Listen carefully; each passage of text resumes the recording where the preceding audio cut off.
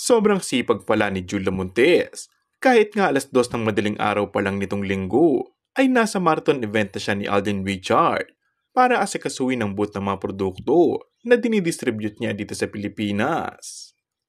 Sabi mismo ng businesswoman philanthropist na si Pinky Tobiano, hanga siya sa kasipagan ni Julia Montes.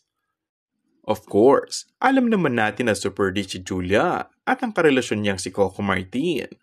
Pero yun nga, talagang ang aga niyang gumigising kapag may mga event na may booth ang produktong dinidistribute niya dito sa atin. Say nga ni Pinky, she's a great CEO. Mana nga talaga umano si Julia sa kasipagan ni Coco pagdating sa negosyo. Si Coco kasi, hindi lang movie TV production ng business, may mga produkto rin siya na ibinibenta. Kaya naman hindi may pagkakaila sa isa si Coco sa pinakamayaman dito sa Pilipinas. At sobrang sipag ng aktor ay deserve ni Julia Montes kung ano ang meron sila ngayon. Perfect combination ngang masasabi sina Julia at Coco dahil pareho silang masipag, kaya naman patuloy ang sobra nilang pagyaman.